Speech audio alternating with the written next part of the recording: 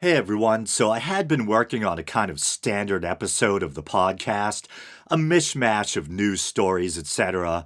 But one segment in particular really started to demand my attention, so I figured, okay, let's just make this topic the sole focus of this week's episode. And very quickly before we begin, I know I promised I'd take care of some Facebook shoutouts this week.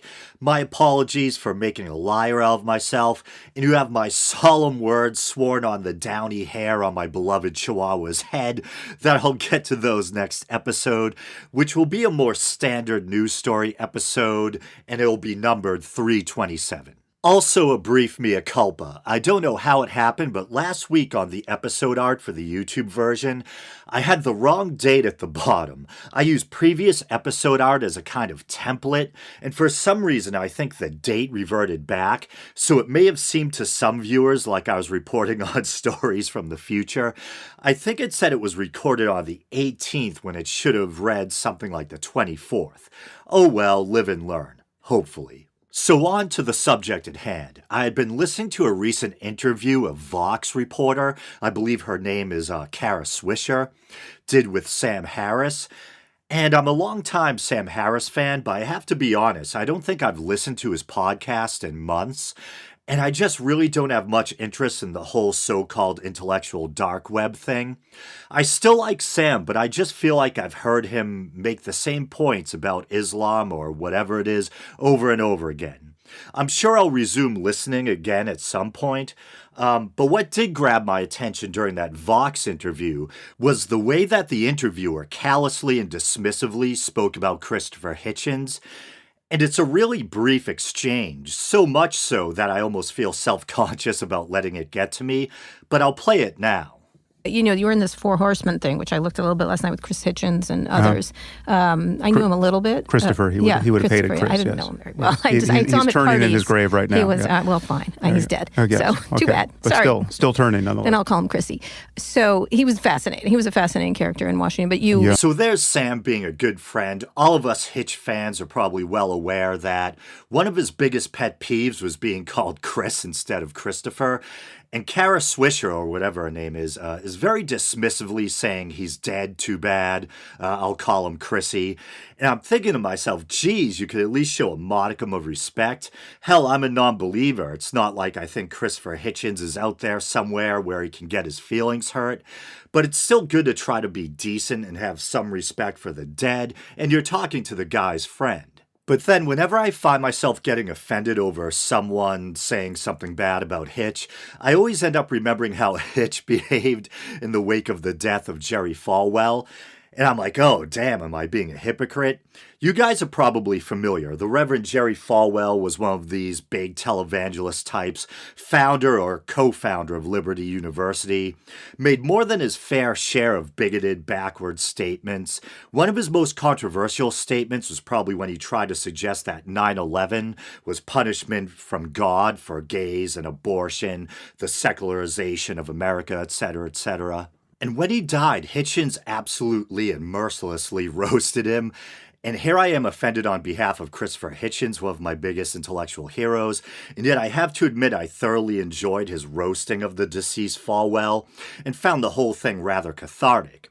So in an attempt to do my due diligence, I went back and rewatched Hitchens' appearance on Fox News' Hannity and Combs, and if we're gonna make fun of the dead, can I say that Alan Combs looked like a cross between Ichabod Crane and the creepy guy from Raiders of the Lost Ark who gets his face melted off, maybe with a twist of Skeletor. In my head, I used to refer to them as Manatee and Bones, because Hannity was the overweight one and Combs was skinny and looked like a skeleton. I know, if you have to explain the joke, it's probably not funny. Anyway, I thought, what the heck, let's jump in the time machine and revisit the actual exchange. The controversial televangelist was a polarizing figure, emboldening conservative Christians while alienating many liberals, but there's no question about the impacting legacy Falwell leaves behind. Joining us now is Republican strategist Ralph Reed and author of God Is Not Great, columnist Christopher Hitchens, who made news last night with his harsh critique of the Reverend. Christopher, let me start with you here and talk about the things you've said, which obviously we know where you stand on religion, we know where you stand on Reverend Falwell. By being so angry about what his legacy was and is, are you not hurting his family and others who may have no dog in that hunt, but who would just like a few moments to celebrate his life and have some peace? Well, I don't care whether his family's feelings are hurt or not. But if they are, they can take comfort from the extraordinary piety and stupidity and, generally speaking, uniformity of the coverage of the man's death. It is, after all, was said by the supposed Jesus of Nazareth to his followers that they must expect to be mocked for their beliefs, because their beliefs will appear to many people to be ridiculous, if not worse than that, and that they are to take it for granted that they will be ridiculed.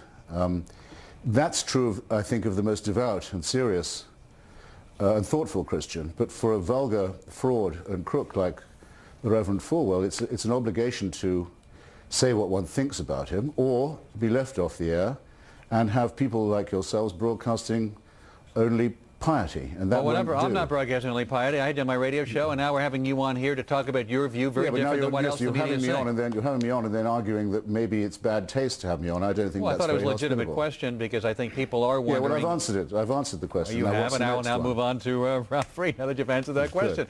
Ralph, does Christopher Hitchens have a point? It is a free speech issue. He was a polarizing figure. Reverend Falwell was. And there are many people, maybe not all of them feeling as strong as Christopher Hitchens, but who feel that Reverend Falwell was indeed a polarizing figure who said things that offended many Americans.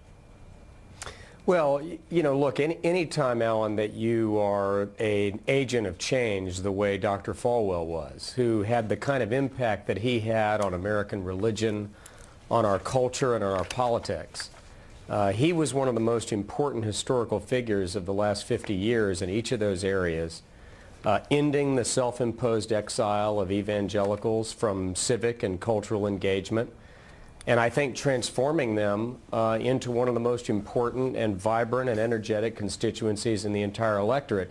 No one does that, liberal or conservative, Republican, Democrat, of any faith. Well, and not stir controversy. But it's just my belief as an American, not as a conservative, not as somebody of any particular denominational background or faith, but just as an American, in terms of elevating the civility of our discourse, that when somebody dies, that we ought to show a measure of respect and appreciation for their family and for their loved ones and for those who are grieving right now, and our thoughts and prayers ought to be with them, regardless of whether we agreed with Dr. Falwell. Christopher Hitchens. Oh, come on. Play the world's smallest violin. Listen, he established a business, a racket, in my opinion. He was a religious businessman in the same way as Mr. Ralph Reed is a religious entrepreneur. He's left the business to his children. It's a hereditary job. Let that console them. You can't have me on and say that I have to say, I'm terribly sorry he's dead. One reason you can't ask me to do that is because I am not. I think we have been rid of an extremely dangerous demagogue who lived by hatred of others and prejudice, and who committed treason by saying that the United States deserved the attack upon it and its civil society in September 2001 by other religious nutcases like himself. He profoundly and repeatedly apologized, and I'm sure you're perfect in your life. I'm sure you're perfect in your life, and that you've never made any mistakes. I've never committed treason like that. I don't believe in the sincerity of his apology. Let's look at the thoughtlessness and the mean-spiritedness of your very remarks that you've made about Reverend Falwell. By all means. You think it's a pity that there isn't a hell for him to go to, you said. Yes, I do. On his death, you write, the discovery of the carcass of Reverend Falwell on the floor of his obscure office. Maybe I'm a horrible person, but there's something about the phrase, the discovery of the carcass, that makes me chuckle every time. You know, almost zero significance except for perhaps two categories of people, etc. You also say the evil he did will live after him. Yes. I knew Reverend Falwell, Christopher. I know the good work that this man has done. Tell me about it. Well, for takes a lot to make me cry. I know you think you're the smartest guy in the room, but you sound like a jackass when you attack his family like this. He didn't attack his family. But I know what he did for unwed mothers. I know what he did for alcoholics. I know what he did for drug addicts. Excuse me, sir. Yeah. I did not attack his family, and no fair-minded view of yours will say that. I'm not going to be conscripted into saying that it's my job, when you invite me on to discuss this man, first to say how sorry I am for him and his family. That isn't what I feel. You, no doubt, as a Christian or whatever you are, require hypocrisy of people. I'm sorry, you're asking the wrong person. I'm not asking for no, but I am asking for human decency. And if you don't think it has an impact on his family, to use even the phrases tonight that he's vulgar, fraud, and a crook, and then to say that the discovery of his carcass, I think you are incredibly mean, incredibly selfish, and incredibly thoughtless. You invited me, sir, to give my opinion of the departed. I give it to you, and you say, well, might that not upset his family? I said it while he was alive. You give his opinion might that not have upset his family too? You give the opinion about him, and I'm giving the opinion about you and the thoughtlessness of your remarks here. And I'm really calling for any human decency that you may have in your pseudo-intellectually superior mind of yours. More of the debate on this coming up in a moment. And later, an unbelievable video of a toddler. We continue now. Republican strategist Ralph Reed and columnist and author Christopher Hitchens. You know, Christopher, I interviewed you a little bit about your book just a short time ago. And it made me think a lot. Jerry Falwell, because I do know him, he does a lot for people that are in trouble. He gave a lot of scholarships to his school. He helped women that were pregnant and needed help. He'd give them food and a place to live and an education. He did a lot to people that are alcoholics and et cetera, et cetera. You have your hostility towards religion, and that's without saying.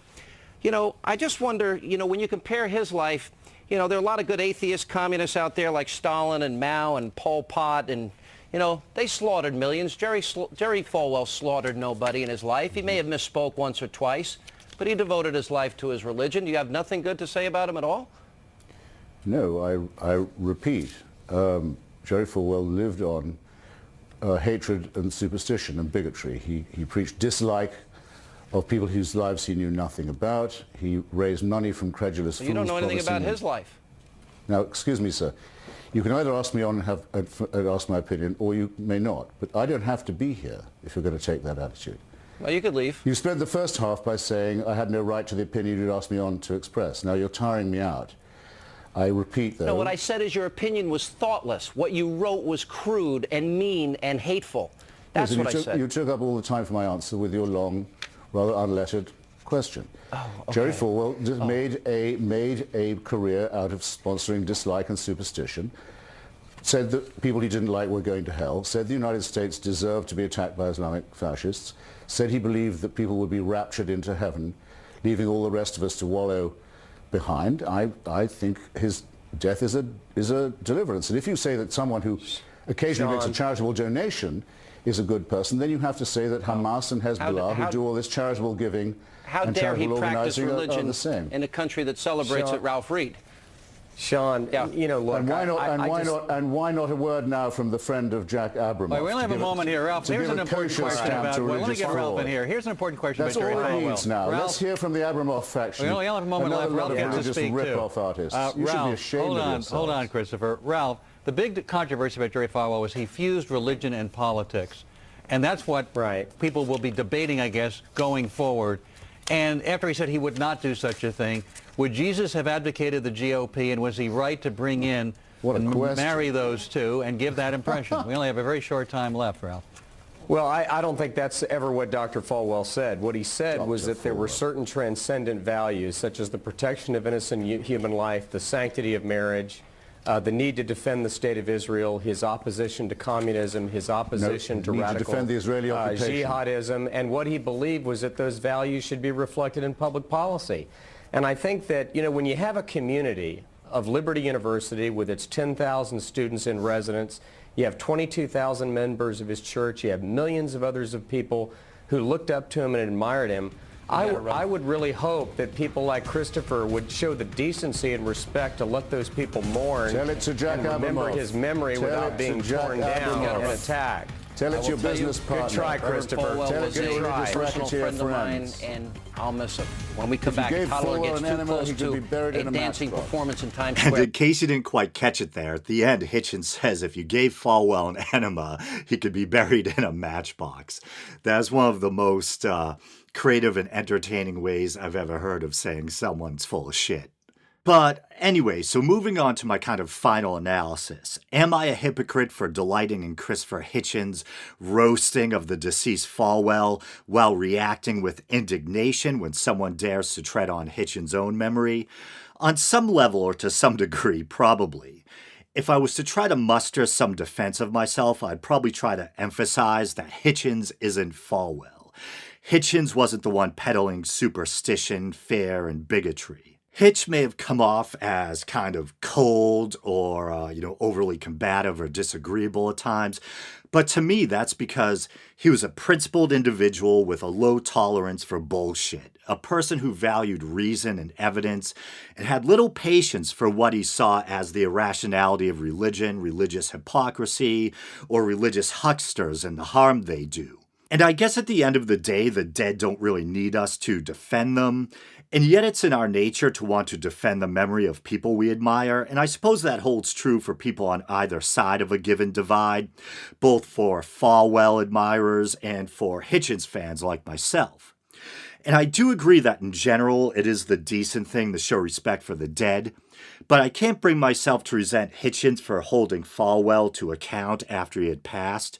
As principled as Hitchens was, I think he would have seen it as somehow dishonest, hypocritical, or unseemly on his own part if he had softened or sugarcoated his attitude towards someone he found so toxic and contemptible simply because they were no longer living.